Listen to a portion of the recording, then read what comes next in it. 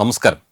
Time മീഡിയയിലേക്ക് സ്വാഗതം. പണ്ടുകാലങ്ങളിൽ സമ്പന്ന കുടുംബങ്ങളിൽ മാത്രം കാണുന്ന ഒരു ആർഭാട വസ്തുവായിരുന്നു ഫ്രിഡ്ജ്. കാലം പോകെ പോകെ ഇടത്തരം വീടുകളിലും ഇവന് സ്ഥാനം ലഭിച്ചു തുടങ്ങി. ഇപ്പോൾ ചുരുക്കം പറഞ്ഞാൽ മിക്കവാറും എല്ലാ വീടുകളിലും ഫ്രിഡ്ജ് എന്ന് വിളിക്കുന്ന ഈ റെഫ്രിജറേറ്റർ ഉണ്ട്. ഈ ഫ്രിഡ്ജ് എന്ന് പറയുന്നത് ആദ്യകാലങ്ങളിൽ ഈ ഒരു സംവിധാനം ഉണ്ടാക്കിയ കമ്പനിയുടെ പേരാണ്. യഥാർത്ഥത്തിൽ ഇതിൻ്റെ പേര് റെഫ്രിജറേറ്റർ എന്ന് മാത്രമാണ്. പക്ഷേ ചില കാര്യങ്ങൾ അങ്ങനെയാണല്ലോ, ഒരു പേരങ്ങ് മനസ്സിൽ പതിഞ്ഞു കഴിഞ്ഞാൽ പിന്നെ തിരുത്തി പറയാൻ വലിയ പാടാണ്. അതങ്ങനെ ഇരിക്കട്ടെ. അതുകൊണ്ട് തന്നെ ഈ വീഡിയോയിൽ ഞാനും ഈ ഉപകരണത്തെ ഫ്രിഡ്ജ് എന്ന് തന്നെ പറയാൻ ആഗ്രഹിക്കുകയാണ്. പാകം ചെയ്ത ഭക്ഷണം ഫ്രിഡ്ജിൽ വെക്കുന്ന വിഷയത്തിൽ വ്യക്തമായ അറിവുള്ളവർക്ക് ഈ വീഡിയോ ഇപ്പോൾ തന്നെ സ്കിപ്പ് ചെയ്യാം. ഇതറിയാത്തവർക്ക് വേണ്ടിയിട്ടാണ് ഈ വീഡിയോ ചെയ്യുന്നത്. അപ്പോൾ വിഷയത്തിലേക്ക് നമുക്ക് വരാം. ബാക്കി വന്ന ചോറും കറിയും ഫ്രിഡ്ജിൽ വെച്ച് പിറ്റേന്ന് ചൂടാക്കി കഴിക്കാത്തവരായി മലയാളികളിൽ ആരും ഉണ്ടാകില്ല, അല്ലേ? ജീവിതത്തിരക്ക് മൂലം പലരും അങ്ങനെ എന്നും ചെയ്യുന്നവരാണ്.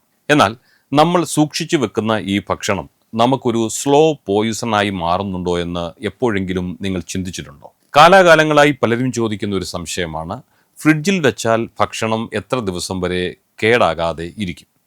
ഈ ഫ്രിഡ്ജ് ഉപയോഗിക്കുമ്പോൾ എന്തൊക്കെ അബദ്ധങ്ങളാണ് നമ്മൾ ഒഴിവാക്കേണ്ടത്? ഇന്നത്തെ വീഡിയോയിൽ നമുക്കിതൊന്ന് പരിശോധിക്കാം. ഒന്നാമതായി, എന്താണ് അപകട മേഖല എന്ന് ആദ്യമേ തന്നെ പറയാം. Danger zone. ഭക്ഷണ സുരക്ഷയിൽ ഏറ്റവും പ്രധാനപ്പെട്ട ഒന്നാണ് അതിൻ്റെ താപനില. 5 ഡിഗ്രി സെൽഷ്യസ് മുതൽ 60 ഡിഗ്രി സെൽഷ്യസ് വരെയുള്ള താപനിലയെയാണ് നമ്മൾ ഡേഞ്ചർ സോൺ എന്ന് വിളിക്കുന്നത്. ഈ താപനിലയിൽ ഇരിക്കുമ്പോൾ ഭക്ഷണത്തിലെ ബാക്ടീരിയകൾ ഓരോ 20 മിനിറ്റിലും ഇരട്ടിയായി വർദ്ധിച്ചുകൊണ്ടേയിരിക്കും. അതുകൊണ്ട് ഭക്ഷണം പാകം ചെയ്ത് കഴിഞ്ഞ് 2 മണിക്കൂറിനുള്ളിൽ തന്നെ അത് ഫ്രിഡ്ജിലേക്ക് മാറ്റിയിരിക്കണം. ഇനി രണ്ടാമതായി, ചോറ് സൂക്ഷിക്കുമ്പോൾ അതീവ ജാഗ്രത ആവശ്യമാണെന്ന് എത്ര പേർക്കറിയാം?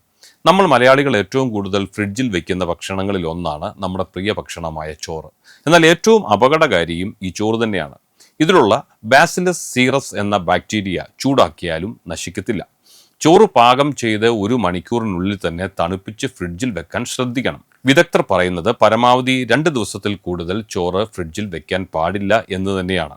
മറ്റു ചിലരുടെ സംശയമാണ് നോൺ വെജ് വിഭവങ്ങൾ എത്ര ദിവസം വരെ നമുക്ക് ഈ ഫ്രിഡ്ജിൽ സൂക്ഷിച്ചു വെക്കാമെന്നത്. അതായത് ഇറച്ചി, മീൻ കറികൾ വായു കടക്കാത്ത പാത്രങ്ങളിൽ എയർടൈറ്റ് കണ്ടെയ്നേഴ്സിൽ 3 മുതൽ 4 ദിവസം വരെ സുരക്ഷിതമായി സൂക്ഷിക്കാമെന്നാണ് പണ്ഡിതർ പറയുന്നത്. മീൻകറികൾ കുറച്ചുകൂടി വേഗത്തിൽ കേടാകാൻ സാധ്യതയുള്ളതിനാൽ 2 ദിവസത്തിനുള്ളിൽ ഉപയോഗിച്ച് തീർക്കുന്നതാണ് ഏറ്റവും നല്ലത്. ഇനി കേരളീയ വിഭവങ്ങളായ തീയൽ, അവിയൽ പോലെ തേങ്ങ ചേർത്ത കറികളാണെങ്കിൽ 2 ദിവസത്തിൽ കൂടുതൽ ഫ്രിഡ്ജിൽ ഒരു കാരണത്താലും വെക്കരുത്. കാരണം നമ്മുടെ തേങ്ങയിലെ കൊഴുപ്പ് വേഗത്തിൽ കേടായി ഈ ഭക്ഷണ പദാർത്ഥം മോശമാകാൻ കാരണമാകും. ഇനി മറ്റൊന്നുള്ളത്, റീഹീറ്റിംഗ് എന്ന ഭക്ഷണം വീണ്ടും ചൂടാക്കൽ പ്രക്രിയ നിങ്ങൾ ചെയ്യാറുണ്ടോ? ഉണ്ടെങ്കിൽ അത് നിങ്ങൾ ചെയ്യുന്ന ഒരു വലിയ തെറ്റ് തന്നെയാണ്. ഫ്രിഡ്ജിൽ നിന്ന് കറി എടുക്കുമ്പോൾ പാത്രം മുഴുവനായി എടുത്ത് നിങ്ങൾ ചൂടാക്കുന്ന ഒരു ശീലമുണ്ടോ? എങ്കിൽ അത് വലിയ തെറ്റാണ്. ഓരോ തവണ ചൂടാക്കുമ്പോഴും ഭക്ഷണം ഒരു അപകട മേഖലയിലൂടെ കടന്നുപോയിക്കൊണ്ടിരിക്കുകയാണ്. അപ്പോൾ എന്താണ് നമുക്ക് ചെയ്യാൻ പറ്റുന്ന വളരെ പ്രാക്ടിക്കലായിട്ടുള്ള ഒരു കാര്യം? നിങ്ങൾക്ക് ആവശ്യമുള്ള അളവ് മാത്രം ആ ഒരു പാത്രത്തിൽ നിന്നും ഒരു ചെറിയ പാത്രത്തിലേക്ക് മാറ്റി വെച്ചിട്ട് ചൂടാക്കുക. ഭക്ഷണം ചൂടാക്കുമ്പോൾ അത് നന്നായി ആവി പറക്കുന്ന പരുവത്തിൽ മിനിമം ഒരു 75 ഡിഗ്രി സെൽഷ്യസ് എങ്കിലും ചൂടാക്കാൻ നിങ്ങൾ മറക്കരുത്. ഫ്രിഡ്ജ് വാങ്ങി വെച്ചാൽ മാത്രം പോരാ, അത് ഉപയോഗിക്കുന്നതിനുണ്ട് ഒരു അടുക്കും ചിട്ടയും. ഫ്രിഡ്ജിലെ അടുക്കും ചിട്ടയും എന്തൊക്കെയാണെന്ന് നമുക്ക് നോക്കാം. ഫ്രിഡ്ജിൽ എവിടെ വേണമെങ്കിലും ഭക്ഷണം വെക്കാമെന്ന് വിചാരിക്കരുത്. അതൊരു തെറ്റായ ധാരണയാണ്. ഫ്രിഡ്ജിൻ്റെ മുകളിലെ തട്ടുകളിൽ പാകം ചെയ്ത ഭക്ഷണങ്ങൾ, മധുര പലഹാരങ്ങൾ എന്നിവ വയ്ക്കാനായി ഉപയോഗിക്കാം. താഴത്തെ തട്ടുകളിൽ പാകം ചെയ്യാത്ത പച്ച മാംസവും മീനുമൊക്കെ വയ്ക്കുക. കാരണം ഇത് പാകം ചെയ്യാത്ത മാംസത്തിൽ നിന്നുള്ള വെള്ളം പാകം ചെയ്ത ഭക്ഷണത്തിൽ വീഴുന്നത് ഒഴിവാക്കും. ഫ്രിഡ്ജിൻ്റെ ഡോർ വശത്ത് കാണുന്ന ഷെൽഫുകൾ നിങ്ങൾ ശ്രദ്ധിച്ചിട്ടുണ്ടോ? ഇവിടെ താപനില എപ്പോഴും ഇങ്ങനെ മാറിക്കൊണ്ടിരിക്കുന്ന ഒരു സ്ഥലമാണ്. അതുകൊണ്ട് മുട്ടയോ പാലോ ഒന്നും ഇവിടെ വെക്കരുത്. പകരം അച്ചാറുകളും കുപ്പിവെള്ളവും ഒക്കെ വെക്കാൻ പറ്റിയ ഏറ്റവും നല്ല സ്ഥലം അതാണ്. എങ്ങനെ അറിയാം ഫ്രിഡ്ജിൽ വെച്ചിട്ടും ഭക്ഷണം കേടായിപ്പോയെന്ന്? മണമോ നിറമോ മാറിയാൽ മാത്രം ഭക്ഷണം കേടായി എന്ന് കരുതരുത്. ചിലപ്പോൾ മണമില്ലാതെ തന്നെ ഭക്ഷണത്തിൽ വിഷാംശം ഉണ്ടാകാം. എങ്കിലും ഭക്ഷണത്തിന്റെ മുകളിൽ വഴുക്കലോ പൂപ്പലോ കണ്ടാൽ ഒട്ടും ആലോചിക്കാതെ തന്നെ അത് എടുത്ത് ദൂരോട്ട് കളഞ്ഞേക്കുക. ഓർക്കുക, when in doubt throw it out. പോട്ടെന്നേ, ആ നഷ്ടം പോട്ടെന്നങ്ങ് വെക്കണം.